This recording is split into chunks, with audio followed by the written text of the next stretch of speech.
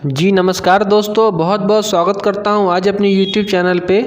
हम लोग आज देखेंगे DLED सेकेंड वर्ग में S1 के कुछ इम्पॉर्टेंट क्वेश्चंस, महत्वपूर्ण क्वेश्चंस की पे हम लोग चर्चा करेंगे। आज हमारी कोशिश रहेगी कि 10 से 15 क्वेश्चंस जो काफ़ी important exam point of view से बनते हैं उन्हें आप लोग को मैं नोट कराऊँगा। और हमारी कोशिश यही रहती है कि आप लोग को बेहतर से बेहतर तरीके से क्वेश्चन को एक्सप्लेन करना। हमारे बहुत सारे मित्र का हमारे पास कॉल भी आता है, मैं किन्हीं का कॉल कितनी कारणवश नहीं ले पाता हूँ। तो फ्रेंड्स, आप लोग का सहयोग के लिए बहुत बहुत धन्यवाद। और आप लोग, आशा करता हूँ कि आगे भी आप लोग इसी तरीके से सहयोग करेंगे। तो बिना वक्त गवाए हम लोग स्टार्ट करते हैं आज की अपने टॉपिक को, आज की हम लोग अपनी चर्चा को स्टार्ट करते हैं।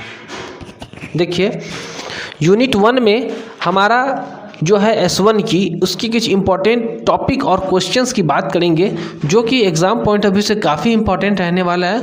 यूनिट 1 जो हमारा है, समकालीन भारतीय समाज में शिक्षा और चुनौतियाँ। ठीक है, तो ये जो हमारी यूनिट है, तो सबसे पहले हम लोग यूनिट पे नज़र डालते हैं कि शिक्षा में क्या क्या चुनौतियाँ आती है। तो उससे सबसे फर्स्ट पॉइंट ऑफ क्वेश्चंस क्या बनता है कि चुनौतियाँ में सबसे पहला हमारा आता है विविधता, डेट मीन्स डाइवर्सिटी। तो विविधता क्या है, ये हमारा काफ़ी इम्पोर्टेंट टॉपिक बनता है। नेक्स्ट मैं बात करूं तो और क्या क्या चुनौतियां हो सकती है, और हमारी हो सकती है वंचना। मैंने ये सब क्वेश्चंस को डिस्कस किया है अपने YouTube चैनल पे। और क्या क्या हो सकता है, सत्ता और वर्चस्व।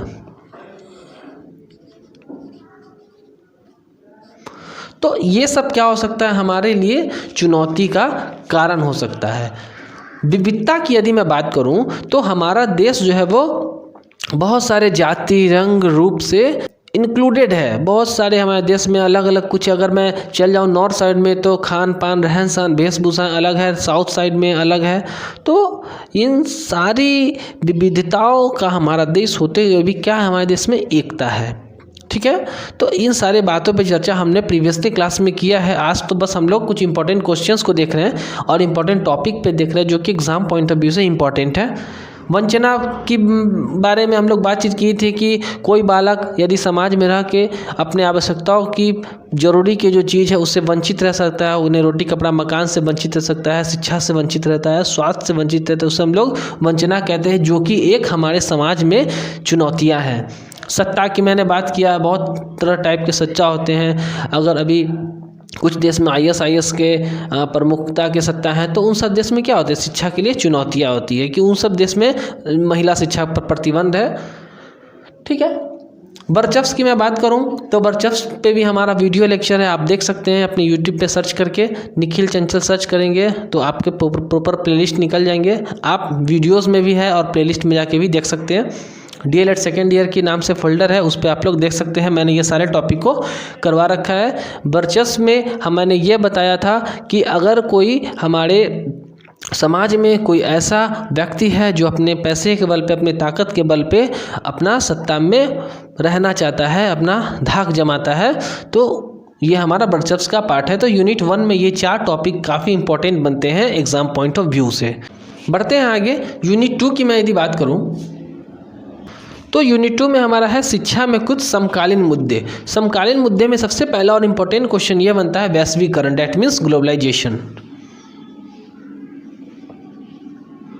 वैश्वीकरण को आप लोग देख लेंगे, काफ़ी इम्पोर्टेंट है। ठीक है, नेक्स्ट यदि मैं बात करूं तो आधुनिकीकरण भी काफ़ी इम्पोर्टेंट बनता है। आधुनिकीकरण, और ये सारे 2 टॉपिक से आप लोग शिक्षा में क्या क्या प्रभाव है वो आप लोग जरूर देखेंगे। शिक्षा में प्रभाव, डैट मीन्स आधुनिकीकरण आने से शिक्षा में क्या क्या प्रभाव पड़े हैं। हम लोग आज ऑनलाइन कुछ भी चीज़ देख लेते हैं, आप इवन ये लेक्चर भी ऑनलाइन सुन रहे हैं। कुछ हम लोग को समझ में नहीं आता है तो हम लोग शिक्षा में क्या प्रभाव पड़ा है आधुनिकीकरण से, हम लोग गूगल सर्च करते हैं और भी बहुत सारे रिसोर्स के बारे में आप लोग चर्चा करेंगे इस टॉपिक में। ठीक है, बढ़ते हैं आगे। एक आप लोग देखेंगे गुणवत्तापूर्ण शिक्षा भी हमारे समाज में बहुत बड़ा मुद्दा बना है। गुणवत्तापूर्ण शिक्षा। नेक्स्ट मैं बात करूं तो शिक्षा और समाज में क्या संबंध है, उसको आप लोग जरूर देख के जाएंगे। शिक्षा और समाज,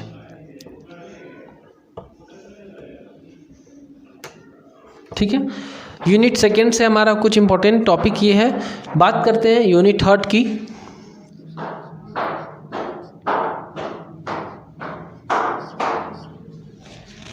शिक्षा के राजनीतिक एवं संवैधानिक संदर्भ में यूनिट थर्ड में यदि मैं बात करूं तो शिक्षा के लिए जो है संविधान में क्या क्या प्रावधान है उसको आप लोग जरूर देखेंगे। भारतीय संविधान में शिक्षा का के लिए प्रावधान,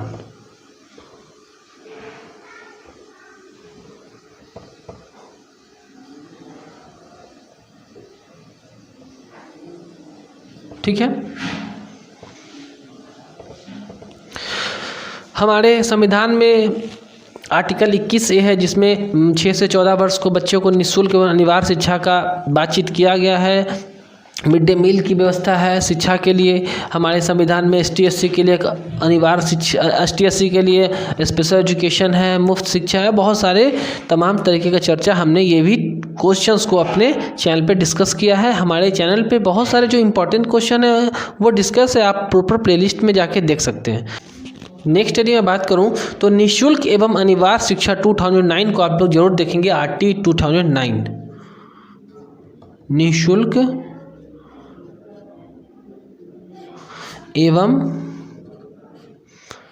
अनिवार्य शिक्षा, इसको आप लोग जरूर देखेंगे, ठीक है। RT 2009 हमारा ये कहता है कि 6 से 14 वर्ष के सभी बच्चों को निःशुल्क एवं अनिवार्य शिक्षा मिलनी चाहिए। इसकी बहुत सारी एप्लीकेशन है, बहुत सारे फ़ायदे हैं, जिससे चाइल्ड मजदूरी रुकती है, बाल मजदूरी रुकता है। क्योंकि बच्चे जब स्कूल जाएंगे तो बाल मजदूरी कहाँ से करेंगे, तो इसलिए निःशुल्क और अनिवार्य शिक्षा काफ़ी ज़रूरी होती है, ठीक है। और इससे एक क्वेश्चन मैं और आप लोग को सामने ऐड करना चाहूँगा। शिक्षा का सार्वभौमिकरण, शिक्षा का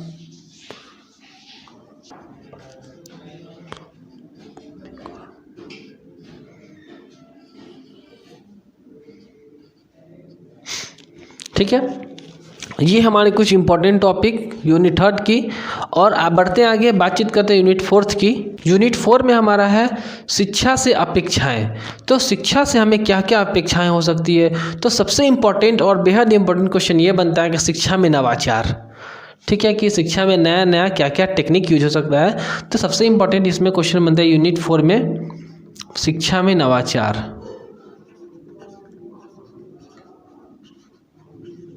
ठीक है। ये प्रीवियस ईयर आया हुआ भी क्वेश्चन है, ठीक है। और क्या क्या अपेक्षाएं हो सकती है शिक्षा में, तो शिक्षा जो है हमारे आर्थिक स्थिति को कैसे सुधार सकता है, ठीक है। शिक्षा से हमारा आर्थिक स्थिति कैसे बेहतर होता है, इसकी भी हमें अपेक्षाएं हैं। तो ये भी क्वेश्चंस काफ़ी इम्पोर्टेंट बनता है, ठीक है।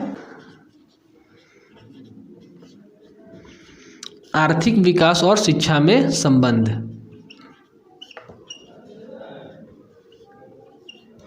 क्योंकि जब शिक्षा होगी तभी आर्थिक विकास हो पाएगा।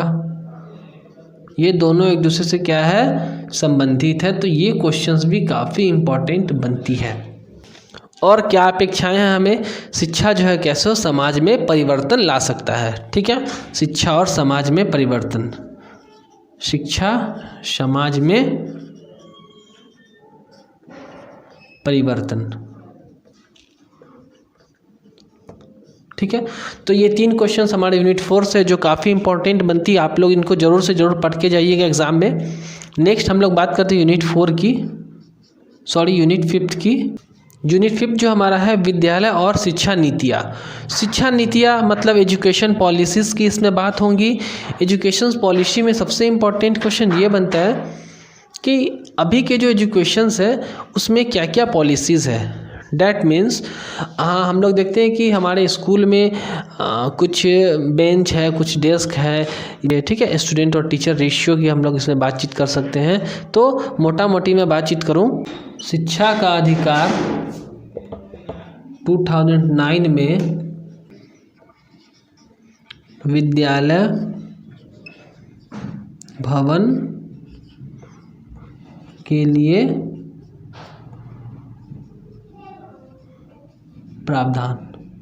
ठीक है, ये टॉपिक हमने यूट्यूब पे करा रखा है, आप जाके प्रॉपर प्लेलिस्ट में देख सकते हैं। ठीक है, नेक्स्ट यदि मैं बात करूं यूनिट 5 के लिए, राष्ट्रीय शिक्षा नीति 1986।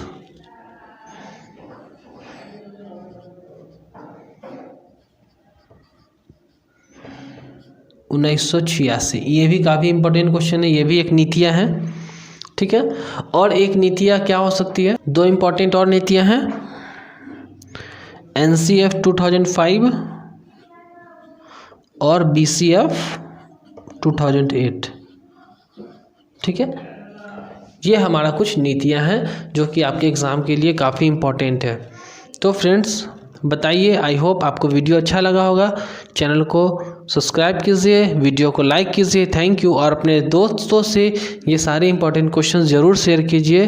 Best of luck for your exam.